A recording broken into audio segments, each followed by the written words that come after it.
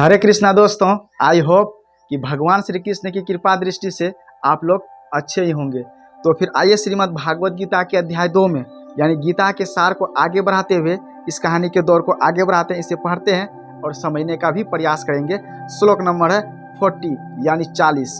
श्लोक नंबर 14 से इस कहानी के दौर को आगे बढ़ाते हैं, फिर से श्रीमद् भागवत गीता के सार को आगे बढ़ाते हैं। तो फिर आइए पढ़ते हैं। श्लोक कह रहा है यानी श्लोक नंबर 14 कह रहा है, नेहाभिक्रम नाशो अस्ति प्रत्यवायो नो विद्यते। सुनते रहिएगा।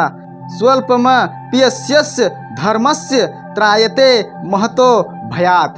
अब इसका अर्थ समझिए। इसका अर्थ दिया हुआ है, इस प्रयास में न तो हानि होती है नो ही ह्रास, अपितु इस पथ पर की गई अल्प प्रगति भी महान भय से रक्षा कर सकती है। सुनते रहिएगा। अब इसका तात्पर्य समझेंगे। इसका तात्पर्य दिया हुआ है, कर्म का सर्वोच्च दिव्य गुण है। कहते हैं कर्म का सर्वोच्च दिव्य गुण है। कृष्ण भावनामृत में कार्य या इंद्रिय तृप्ति की आशा न करके कृष्ण के हित में कर्म करना। सुनते रहिएगा। ऐसे कर्म का लघु आरंभ होने पर भी कोई बाधा नहीं आती है। देखिए कितनी सुंदर बात बता रहे हैं। नो कभी इस आरंभ का विनाश होता है और नो ही इस आरंभ का विनाश होता है। सुनते रहिएगा। भौतिक स्तर पर प्रारंभ किए जाने वाले किसी भी कार्य को पूरा करना होता है। देखिए, अन्यथा सारा प्रयास निष्फल हो जाता है। अन्यथा सारा प्रयास निष्फल हो जाता है। किंतु कृष्ण भावनामृत में प्रारंभ किए जाने वाले कोई भी कार्य अधूरा रहकर भी अस्थायी प्रभाव डालता है। देखिए कितनी सुंदर बात बता रहे हैं ना। अतः ऐसे कर्म करने वालों को कोई हानि नहीं होती है। अतः ऐसे कार्य करने वालों को कोई भी हानि नहीं होती है, चाहे यह कर्म अधूरा क्यों न रह जाए। चाहे यह कर्म अधूरा क्यों न रह जाए। यदि कृष्ण भावनामृत का 1% भी कार्य पूरा हुआ हो तो उसका अस्थायी फल होता है। उसका अस्थायी फल होता है। अतः अगली बार 2% से शुभ आरंभ होगा। अतः अगली बार 2% से शुभ आरंभ होगा। किंतु भौतिक कर्म में जब तक 100% सफलता प्राप्त न हो तब तक कोई लाभ नहीं होता है। सुनते रहिएगा दोस्तों। भौतिक जगत का चित्रण कैसे करते हैं, भौतिक सफलता का चित्रण कैसे करते हैं भगवान श्री कृष्ण। अजामिल ने कृष्ण भावनामृत में अपने कर्तव्य का कुछ ही प्रतिशत पूरा किया था। सुनते रहिएगा। किंतु भगवान की कृपा से उसे 100% लाभ मिला। देखिएगा, इस संबंध में श्रीमद् भागवत गीता में एक अत्यंत सुंदर श्लोक आया है। अब देखिए पढ़ रहे हैं, यदि कोई अपना धर्म छोड़कर कृष्ण भावनामृत में काम करता है और फिर काम पूरा न होने के कारण नीचे गिर जाता है तो इसमें उसको क्या हानि। तो इसमें उसको क्या हानि। और यदि कोई अपने भौतिक कार्यों को पूरा करता है, सुनते रहिएगा, तो इससे उसको क्या लाभ होगा। तो उससे उसको क्या लाभ होगा। अथवा जैसा कि ईसाई कहते हैं, यदि कोई अपनी शाश्वत आत्मा को खोकर संपूर्ण जगत को पा ले तो मनुष्य को इससे क्या लाभ होगा। तो मनुष्य को इससे क्या लाभ होगा। आगे पढ़ते हैं, सुनते रहिएगा। आगे कह रहा है, भौतिक कार्य तथा उनके फल शरीर के साथ ही समाप्त हो जाते हैं। देखिए कितनी गहरी बात बता रहे हैं। किंतु कृष्ण भावनामृत में किया गया कार्य मनुष्य को इसी शरीर के विनष्ट होने पर भी पुनः कृष्ण भावनामृत तक ले जाता है। देखिए कितनी गहरी बात बता रहे हैं। कम से कम तो इतना निश्चित है कि अगले जन्म में उसे सुसंस्कृत ब्रह्म परिवार में या धनमानी कुल में मनुष्य का शरीर प्राप्त हो सकेगा। देखिए, जिससे उसे भविष्य में ऊपर उठने का अवसर प्राप्त हो सकेगा। कृष्ण भावनामृत में संपन्न कार्य का ही अनुपम गुण है। तो फिर आइए एक श्लोक के माध्यम से इस कहानी के दौर को आगे बढ़ाते हैं। श्लोक नंबर 41 यानी 41। तो फिर आइए श्लोक नंबर 41 में कह रहा है, व्यवसाय आत्मिका बुद्धि रे के कुरुनंदन। सुनते रहिएगा।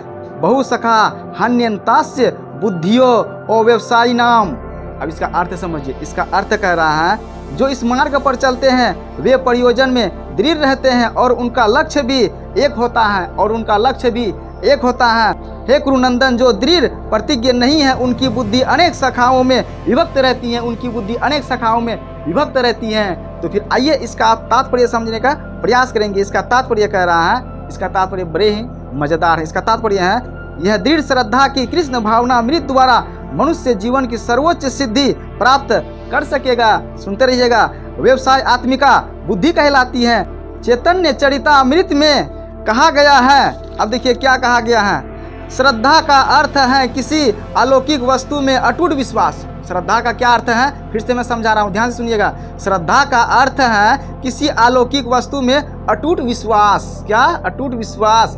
जब कोई कृष्ण भावना मृत के कार्यों में लगा होता है तो उसे परिवार, मानवता या राष्ट्रीयता से बंध कर कार्य करने की आवश्यकता नहीं होती है। देखिए, पूर्व में किए गए शुभ अशुभ कर्मों के फल ही उसे सकाम कर्मों में लगाते हैं। जब कोई कृष्ण भावनामृत में संलग्न हो तो उसे अपने कार्यों के शुभ फल के लिए प्रयत्नशील नहीं रहना चाहिए। देखिए कितनी सुंदर बात बता रहे हैं। जब कोई कृष्ण भावनामृत में नील होता है तो उसे सारे कार्य आध्यात्मिक धरातल पर होते हैं। सारे कार्य आध्यात्मिक धरातल पर ही होते हैं, क्योंकि उनमें अच्छे तथा बुरे का दायित्व नहीं रह जाता है। देखिए, कृष्ण भावनामृत की सर्वोच्च सिद्धि देहात्म बुद्धि का त्याग है। क्या है?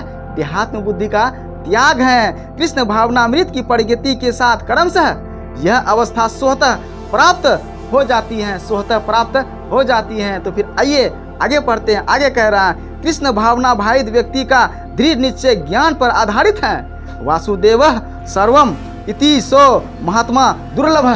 सुनते रहिएगा। कृष्ण भावना भावित व्यक्ति अत्यंत दुर्लभ जीव है जो भली भांति जानता है कि वासुदेव या कृष्ण समस्त प्रकट कारणों के मूल कारण है।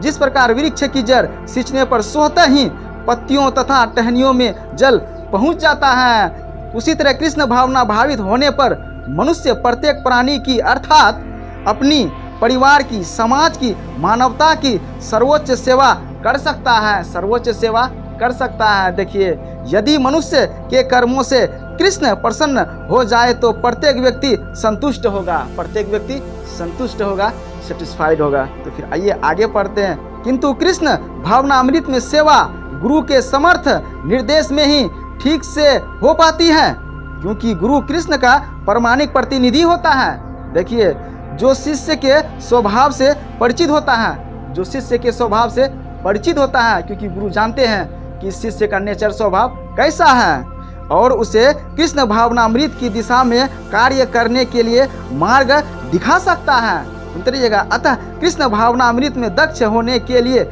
मनुष्य को दृढ़ता से कर्म करना होगा। दृढ़ता से कर्म करना होगा, संकल्प से कर्म करना होगा, और कृष्ण के प्रतिनिधि की आज्ञा का पालन करना होगा। उसे गुरु के उपदेशों को जीवन का लक्ष्य मान लेना चाहिए। देखिए कितनी गहरी बात बता रहे हैं। श्री विश्वनाथ चक्रवर्ती ठाकुर ने गुरु की प्रसिद्ध प्रार्थना से उपदेश दिया है। अब देखिए इससे आगे पढ़ते हैं। कहते हैं, गुरु की तुष्टि से भगवान भी प्रसन्न होते हैं। गुरु की तुष्टि से भगवान भी क्या होते हैं? प्रसन्न होते हैं, खुश होते हैं, हैप्पीनेस रहते हैं। गुरु को प्रसन्न किए बिना कृष्ण भावनामृत के स्तर तक पहुंच पाने की कोई संभावना नहीं रहती है। कोई संभावना नहीं रहती है। अतः मुझे उनका चिंतन करना चाहिए।